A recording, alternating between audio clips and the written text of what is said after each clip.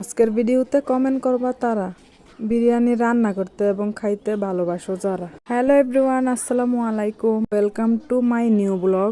আমি কিন্তু ইংলিশ খুব বেশি একটা কইতে পারি না, তবুও চেষ্টা করি। তবে আমি গ্রামের মেয়ে, আমার মুখে গ্রাম্য ভাষাটাই বেশি মানায়, কি বলো সবাই? তো যাই হোক, বিরিয়ানি রান্নাটা বসাই দিতাছি। আমি আমার মতো করে রান্না করতেছি। এখানে সব ধরনের মশলা টসলা সবকিছুই দিমু, সাথে দিমু আমার হাতের তৈরি গরুর দুধের তৈরি ঘি।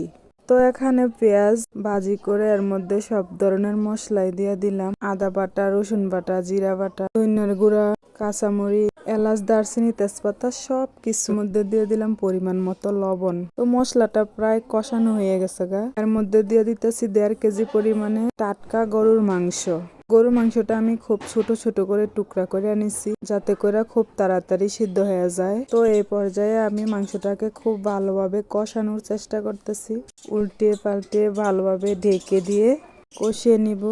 তো এই পর্যায়ে আমি ঢাকনাটা একটু তুলে তুলে লাড়াচাড়া দিয়ে নিলাম। এখন টেস্টি সল্ট দেওয়ার সময় হয়ে গেছে। আমি এখানে টেস্টি সল্ট দিয়ে দিলাম অল্প পরিমাণে, খুব বেশি দিলে আবার খেতে ভালো লাগবে না, পরিমাণ মতো দিয়ে দিলাম। তো এই পর্যায়ে লেড়ে চেড়ে আমি এর সাথে কিছু আলুও দিয়ে দিচ্ছি। বিরিয়ানির সাথে আলুটা তেমন আমার পছন্দ না, তবুও বিরিয়ানিটা যাতে খুব সুন্দর হয় এবং পরিবেশন করলেও খুব সুন্দর দেখা যায়, সেই জন্যই ব্যবহার করি।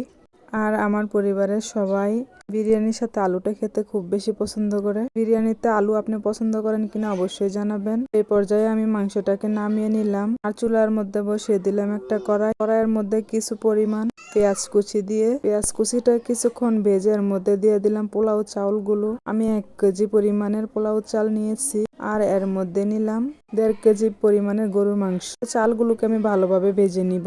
চাউলগুলো আমি কড়াই থেকে এবার পাতিলে নিয়ে নিলাম। পাতিলে দিয়ে ভালোভাবে আমি নেড়ে চেড়ে দিচ্ছিলাম। তো এই পর্যায়ে আমি কয়েকটা কাঁচামরিচ দিয়ে দিলাম, এগুলো আমার গাছ থেকে পেরে আনা কাঁচামরিচ। তো আমি ঝোলটাও দিয়ে দিচ্ছি। ঝোলটা দেওয়ার সময় আসলে ডিউ ক্লিপটা নেওয়া হয়নি, আমি ঝোলের জন্য পানিটা আগেই ফুটিয়ে নিছিলাম।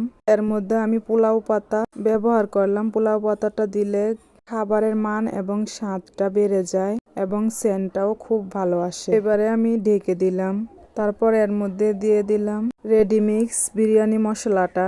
তো আশা করি আজকের বিরিয়ানিটি আমার খুব সুন্দর হবে ইনশাল্লাহ। একটু নেড়ে চেড়ে দিলাম।